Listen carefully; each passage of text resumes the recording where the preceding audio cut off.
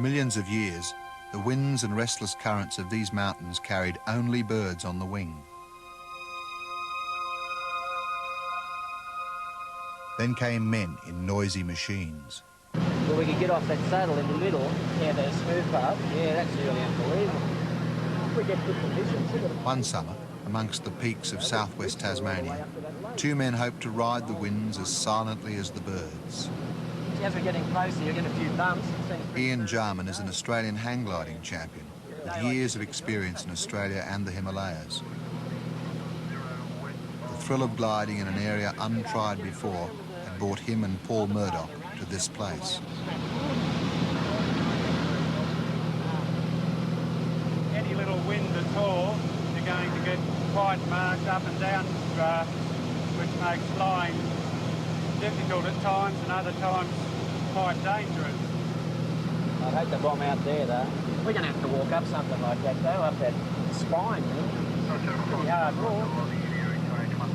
It'll be hard, but we're going to do it. We've got to do it.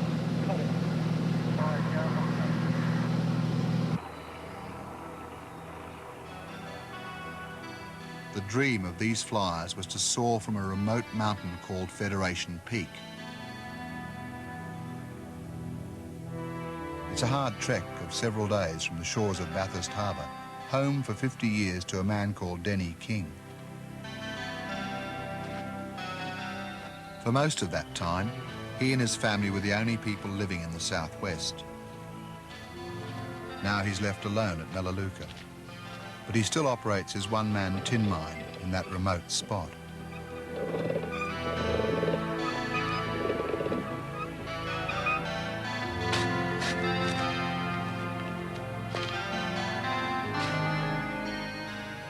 The glider's plan was for Denny to guide them on the first stage of their journey.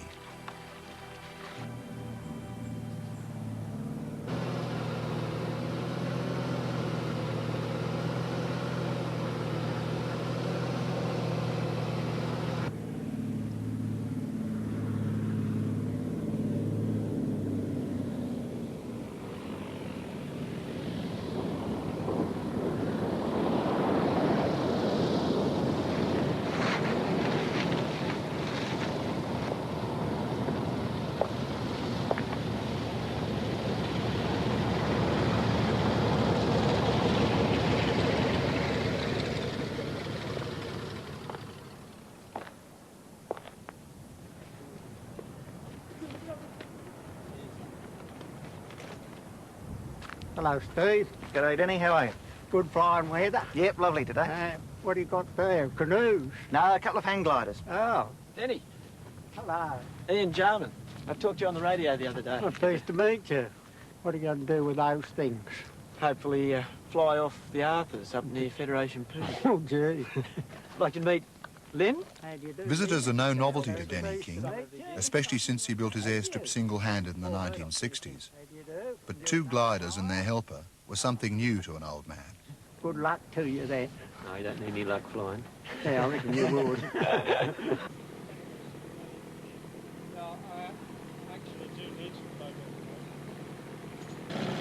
I'd like to get some shots of that tonight. Yes, it's a lovely outline. It's fine. We've got some visitors. Oh, it's that they're carrying. Well, I'm sure they look like hang gliders to me. Hang gliders? What would they be doing with hang gliders down here?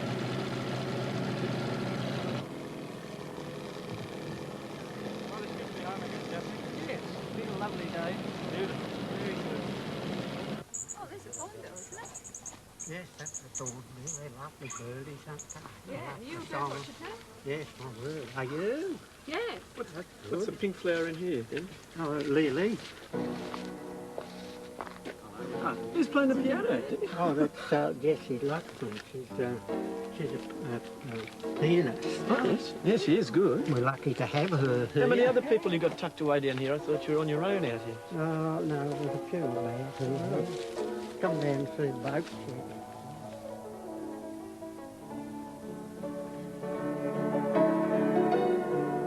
Right. And the real fine there. It's the special nature of Denny's place that draws people here.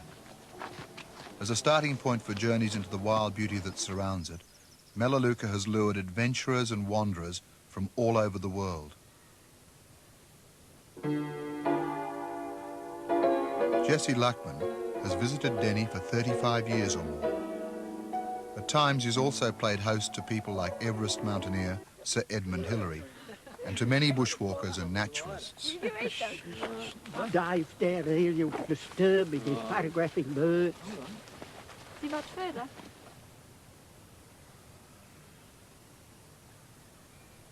Dave Watts is a wildlife photographer with a special interest in birds. Around Denny's place there were plenty of subjects for his camera. But Dave's real mission was to capture photographs of the rarest bird in the southwest, the orange-bellied parrot.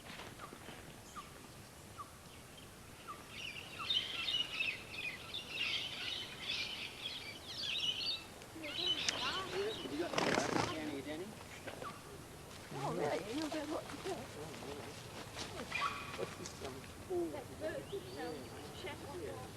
What was wrong this time? Well, Jessie, you know how I've been trying for years to get a photo of an orange-bellied parrot. Yes, and I've I spent know. all morning in the hide, waiting, photographing the other birds. Oh, yeah. Suddenly, I'm sure I heard an orange-bellied parrot. And Oh, then, yeah. all of a sudden, you all come stamping down into the garden and frightened it away. Well, I wasn't there among them. It wasn't me that was stamping. I'm terribly sorry, and you didn't get your photo. Well, no, it was a Jesse's been an avid bushwalker in this area for over 40 years and usually has a great interest in its flora and fauna.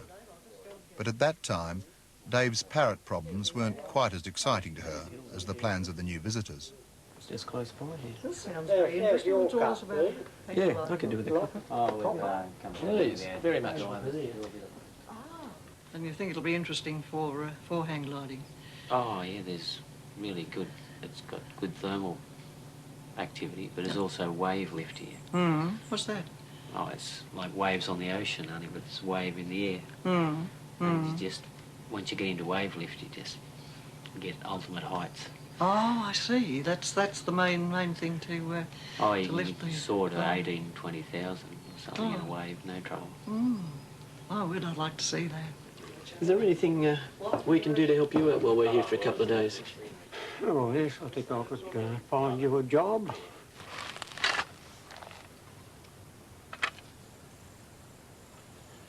Great idea of yours, man. Yeah.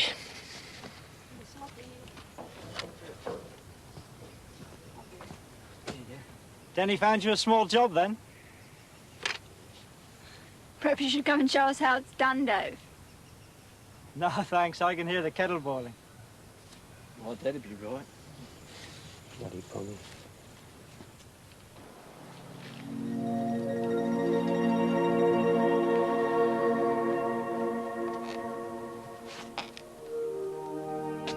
Denny King knows this area better than anyone else. Its wildness has become a part of him. He's seen 50 years of storms and gales blowing in from Antarctic waters and dashing themselves against shores and mountains.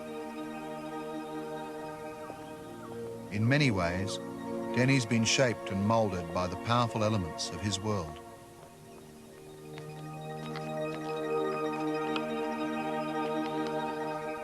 From this place, one of the most southerly outposts in Australia, he sends out daily reports on the notoriously changeable weather. HZB replying to Hobart. Good morning. Standing by with the weather, over. Good morning, Denny. Go ahead, please, over. Roger, the figures. 11598. 53719 and 52101. Over.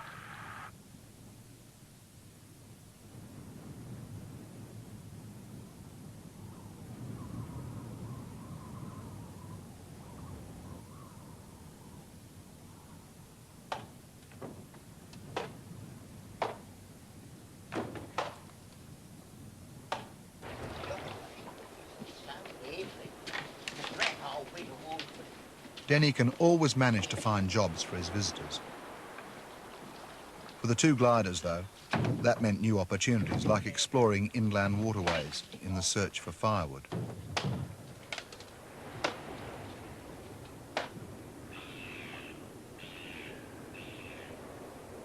Denny's boat would soon take them to the start of their gruelling walk, but the peace of this area exerted a powerful sway.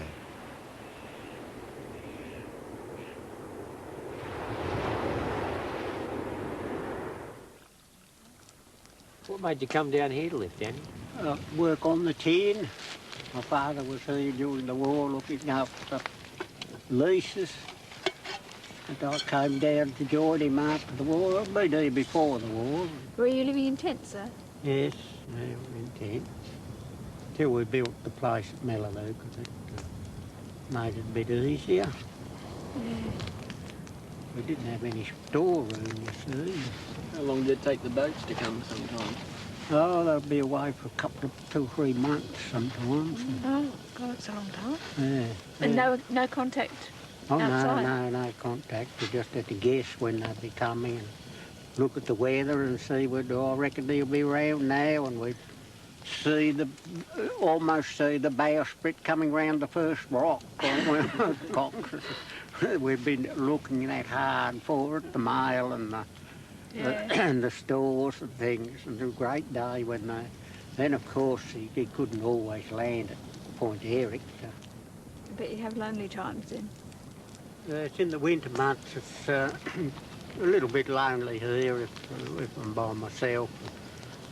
I don't see anyone much for perhaps 6 weeks, and perhaps no mail in that time.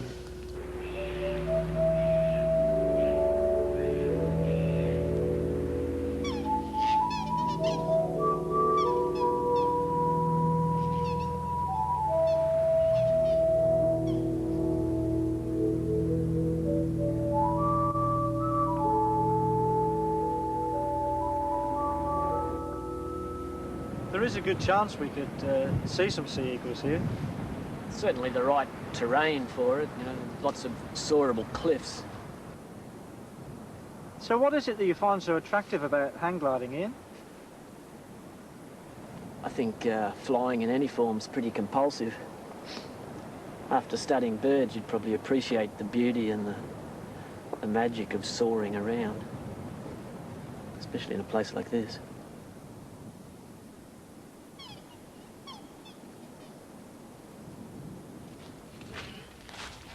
The beauty and the magic took a great deal of effort. It was hours of climbing and preparation before Ian and Paul were even ready for their first practice glide. From a mountain near Denny's, they took to the sky.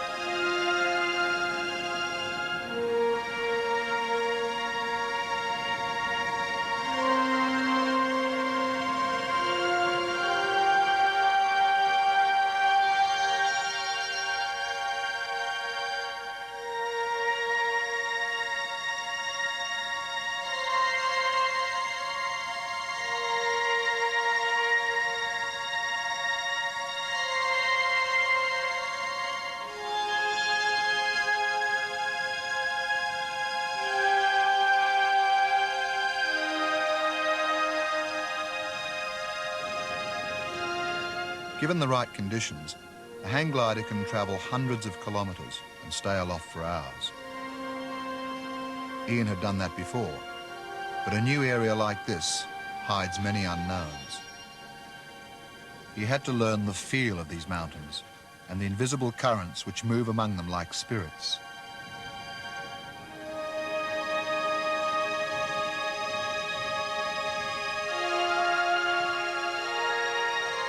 The rewards of gliding are supreme, especially in an area of unspoilt beauty like southwest Tasmania. But there are dangers too. Sudden downdrafts can dash a glider against a mountain or cliff face, while an extreme updraft can sweep flyers to such an altitude that they pass out. On Federation Peak, any risks would have to be calculated ones. There'd be no room for the foolhardy.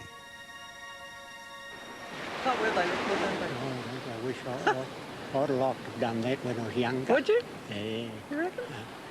You wouldn't have seen the dust getting in. Must be a marvellous feeling. Yeah. Just imagine what they'll be like on Federation Peak. Oh. That really will be a challenge. Be quite a dream up there.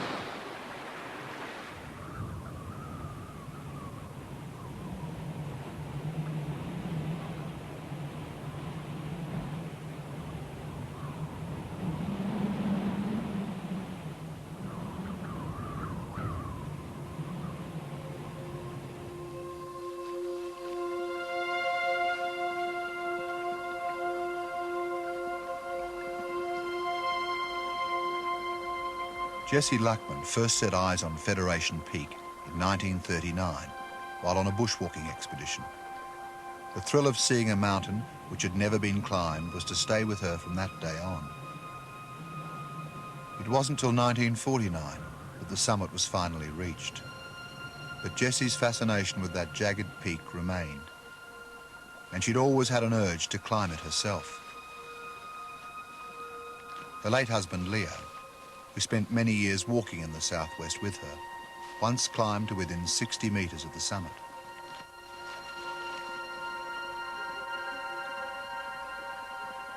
In those earlier days, the wilderness was twice the size it is today. The sense of space and even loneliness that wilderness brings are things that Jessie cherishes. And for her, there have always been challenges there.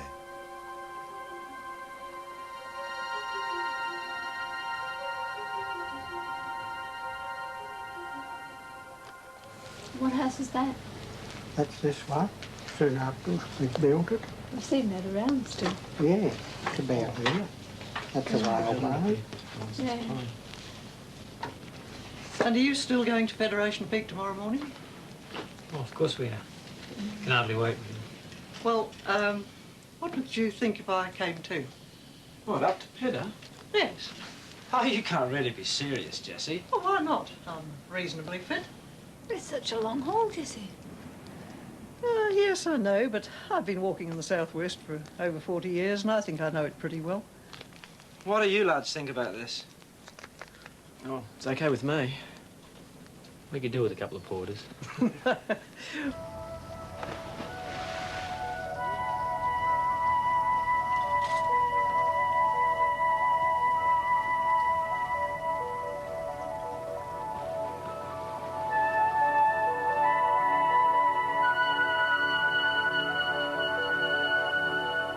It's half a day by boat from Denny King's place to the start of the walk to Federation Peak.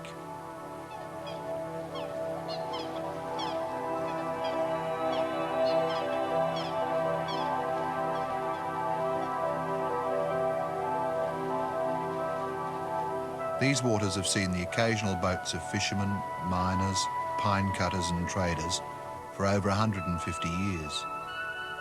Never before, though, had there been an assortment of characters quite like this.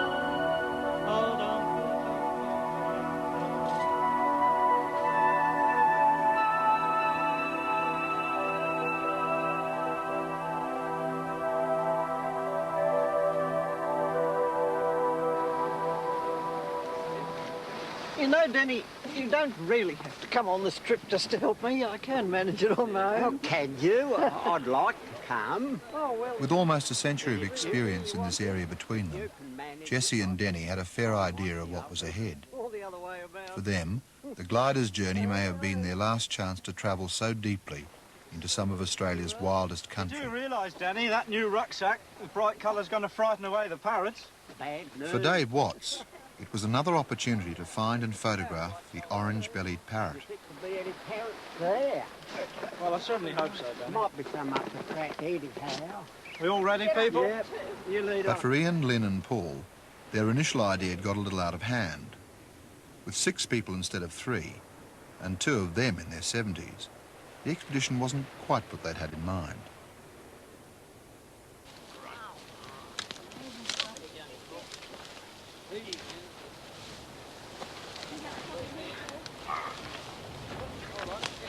I'm glad that's the end of that stuff. The walk wasn't what they'd had in mind either. Because of the impossibility of carrying 2 gliders, they'd had to accept that Ian would be the only one to do the final glide. Travelling here can be hard enough with a pack, but with a 40-kilogram glider as extra luggage, just getting to Federation Peak was going to be as big a challenge as gliding from the top. There can be bitter cold or blistering heat down here. The heat is especially intense out on the button grass plains, where the sun beats down and the ground almost burns beneath your feet. But for anyone in tune with its special beauty, this is a place to lift the heart.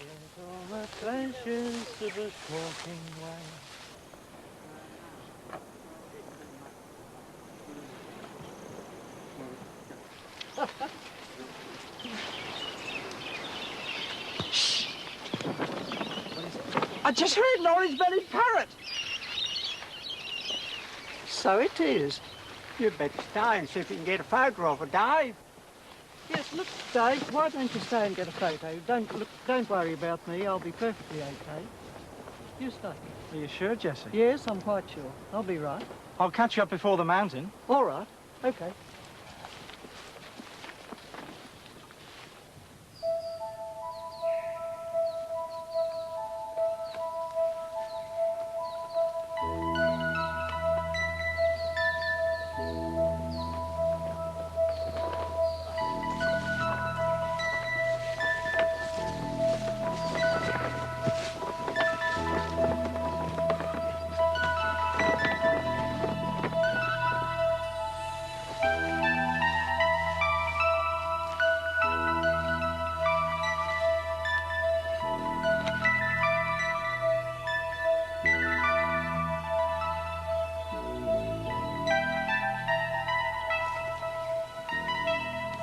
During the early part of the journey, it was the gliders who were having trouble keeping up.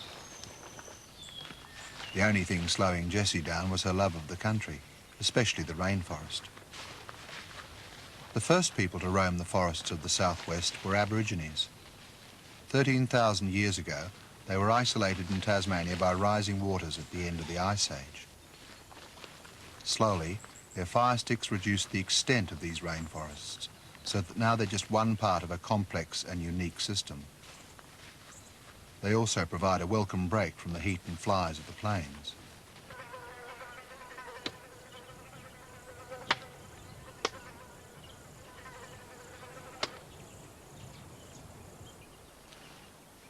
It takes a certain kind of person to sit for hours in a tiny hide. After nearly a day with no further sign of the parrot, Dave was beginning to wonder whether he was that type after all.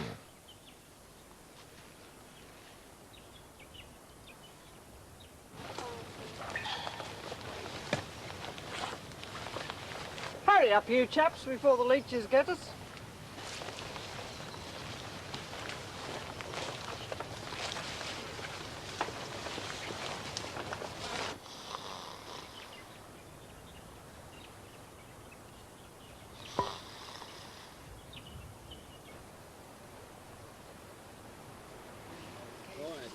In the southwest, ideal conditions can change in the twinkling of an eye. Hey, Jessie, you awake? The tea's made and bat me pulled. There's danger in coming here without sufficient respect and without proper knowledge and equipment. Those who do so run the risk of being caught unprepared, and death from exposure has come to many in the past. Jessie first came here after the death of a lone bushwalker. When did you come down? I think it was in 47 or 48, wasn't it, Denny? Yes, I believe it was. You came to Joe Page Bay, didn't you? That's right. We came down on the C&J Jager, the fishing boat. Oh, you're fishing then? No, we were over to the north side of on the northern shore to do up the grave of Critchley Parker. Oh. And then we came up and talked to Denny, came to see him.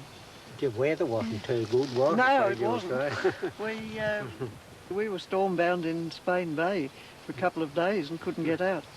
And I was due back in Hobart with a concert with the ABC Orchestra and couldn't get back. And they weren't very amused about it. I can imagine that. In fact, when I got back, they asked me why I didn't send a telegram. I said I wasn't going to walk 60 miles just to send one. People just have no idea how remote it is, do they? No. No. I mean, it's not far as the crow flies. Or the hang glider. Oh, the hang glider. That's one of its attractions, is the sense of distance that you get, the sense of remoteness. Mm.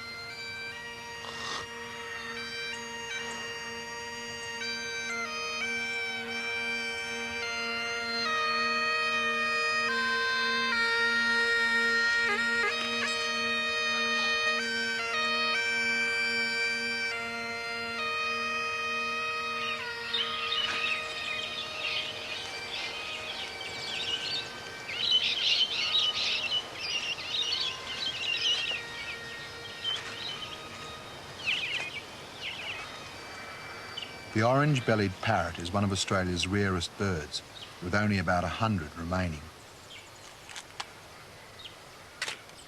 Dave's photographic mission was finally accomplished.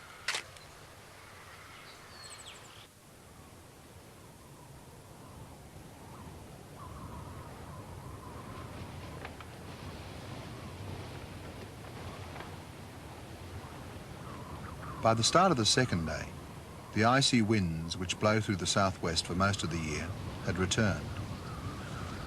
Walking here calls for the constant testing of your energy and resources. That's one of the things that bring people to these places again and again.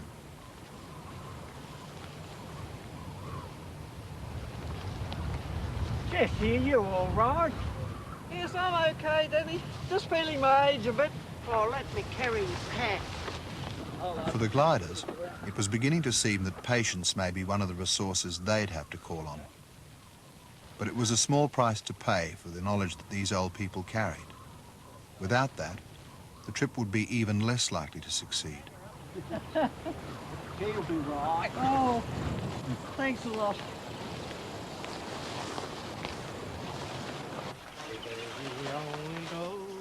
Dave Watts was now almost a day behind the others.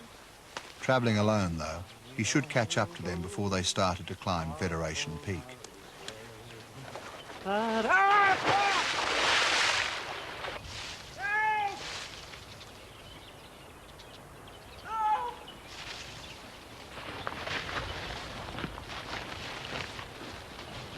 Where? On a boat?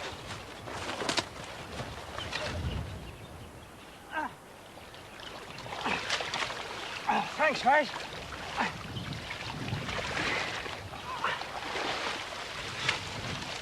At times during the year, there'll be one or two people maintaining bushwalking tracks in the southwest. But it's not often they're quite so convenient. Thanks, mate.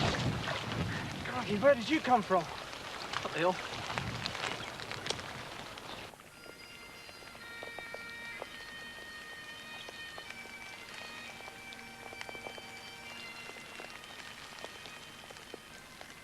Dave had to realise, though, that for this bagpipe-playing track cutter, conversation wasn't part of the job. How long have you worked around here then, mate? Oh, a while. Crikey, it must be a lonely life. Hmm.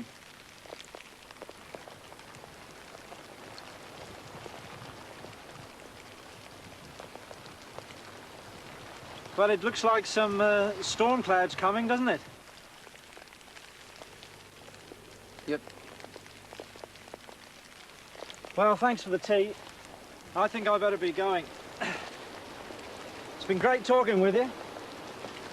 Even for a birdwatcher like Dave, who spends so much time alone, this solitary character was hard to fathom.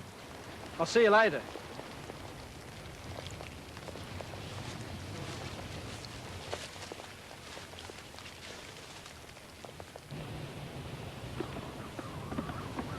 The others had now reached a ridge called the Razorback. If the weather held, in several hours they'd be on Luckman's Lead, one of the main approaches to Federation Peak. It was named after Jessie's husband, Leah. For her, it was an area bound to hold memories. Right. Yes, I'm all right.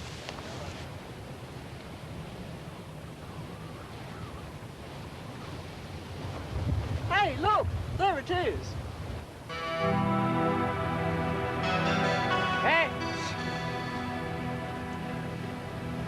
It's a lot sheerer up close, Paul. You're not wrong.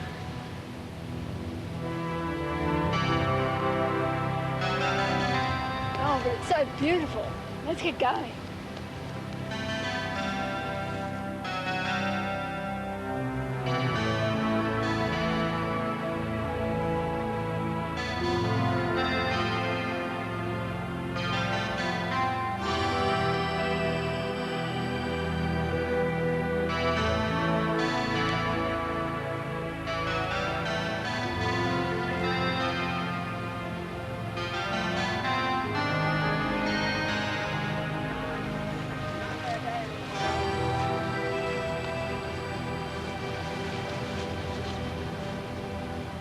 I hope the rain holds off a bit.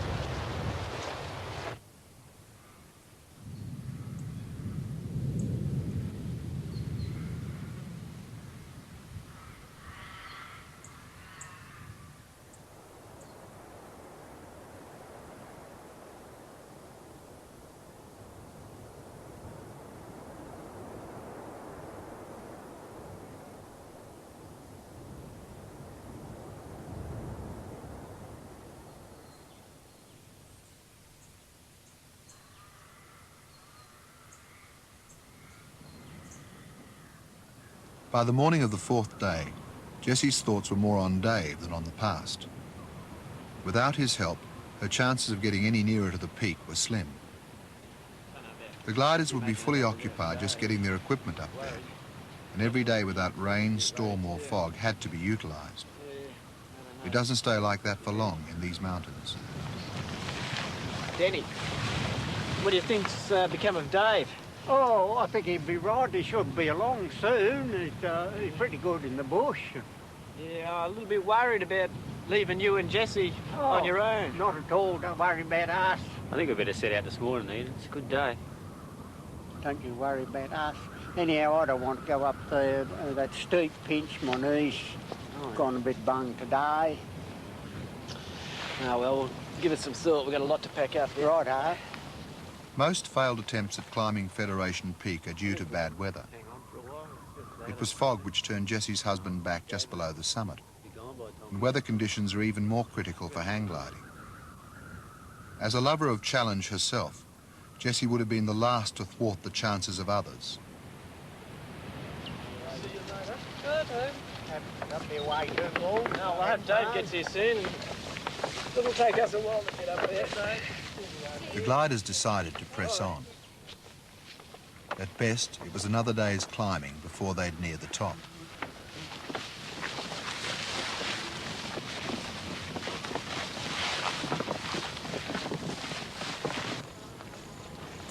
Wonder how they'll go up the peak.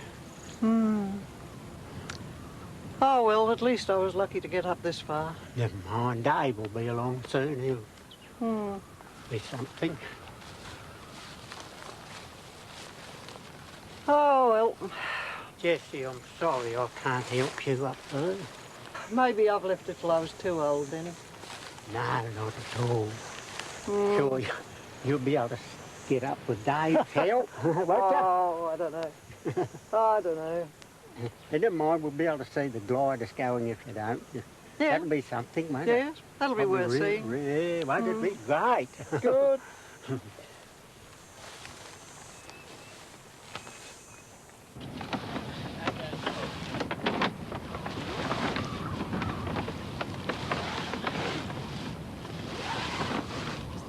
Just hold it there a second and I'll come up with your thing. Okay. Take it easy, I'll fly this when we get it to the top. You were right.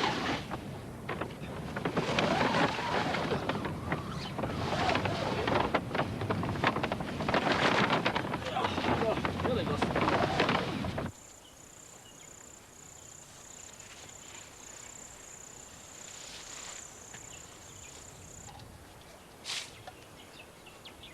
Oh, Jessie, Dave's coming. Dave's coming. Hello, Jenny! How are you, Jessie? We're wondering where you were. I thought I'd never catch you up. Good to see you up here. Good to see you, Jenny. Oh, hello, Dave. Hi, Good to Jessie. see you How are too. you? And what really did happen, Dave? Well, it's a long story, Jessie. I don't think you'd believe me if I told you. Oh, well, I'm very glad you got your parrots after all.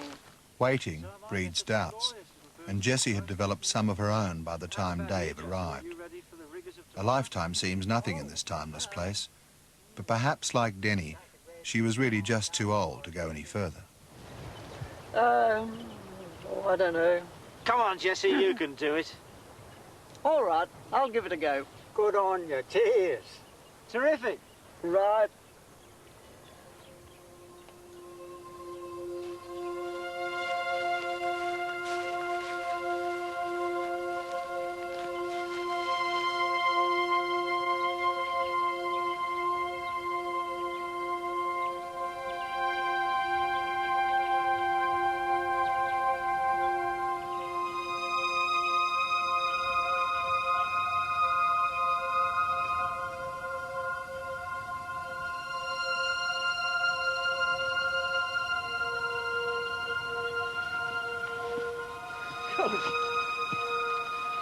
Despite threatening weather, the thought of missing the glide spurred Jessie on.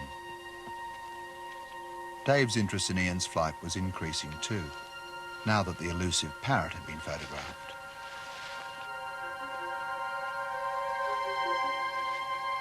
For both of them, in some strange way, the chance of seeing the glider soar out from the mountain had become more important than actually reaching the peak. The weather up higher on the mountain could be totally different. Jessie and Dave had no way of knowing how far ahead the gliders were moving.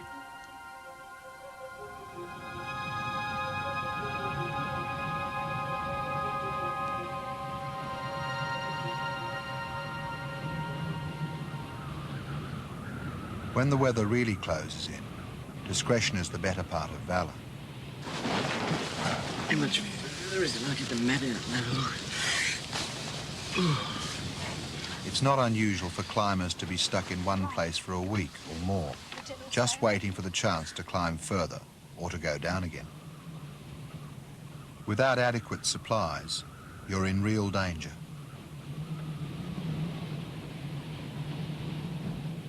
For some, these days of waiting are a time to feel closer to the life of the mountain and all its moods.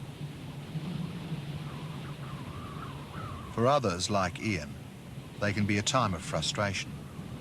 All he could do was stay sheltered and hope the new day would bring a change.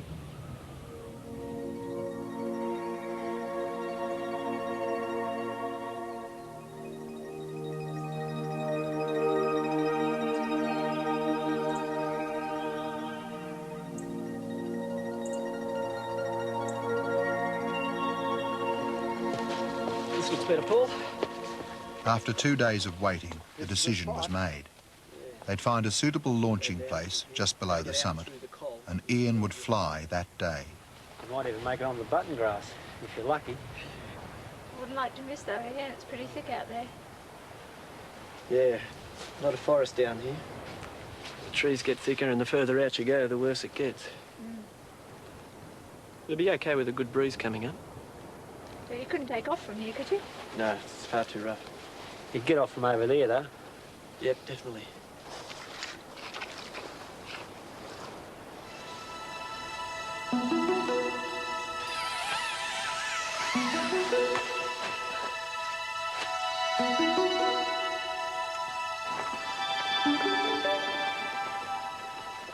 It takes time to prepare a glider for flight, time that allowed Jessie and Dave to draw closer. Do you want me to take you back for a while, Jess? Give you a bit of a breather. All right.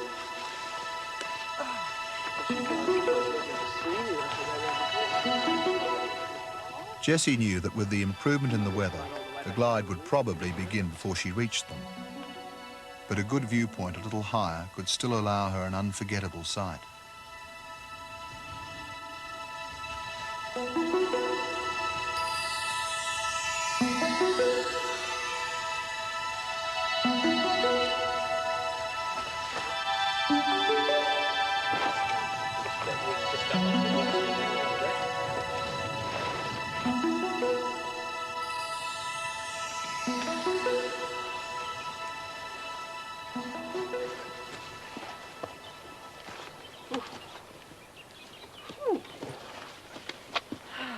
For Jessie Luckman, reaching this height on Federation Peak was the culmination of a dream of decades. Ian Jarman's dream was newer. Perhaps in some ways, that dream had overshadowed his feelings for the country he'd passed through. Well, Paul, Lynn, have a good one. Wish I was going too.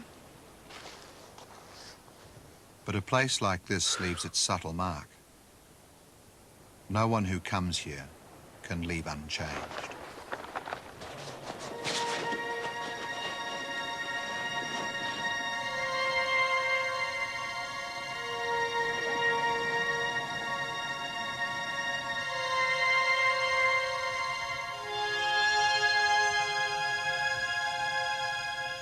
For Ian Jarman, flying may always be the way to feel nature's power. For Jessie, the joy of these places is always tinged with a fear for their future. I have a great belief in the necessity of keeping the southwest. There are so few challenges these days for the young and active, or the old and active for that matter, and we must have a place where people can get away and overcome those challenges, which you just don't get anywhere else.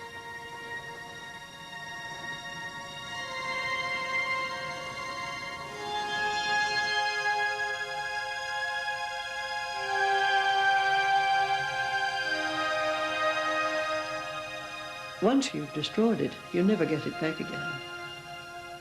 And the wilderness areas, not only of Tasmania, but of the world, are disappearing very fast because of civilization pushing further and further out and making access so much easier and the challenges so much less.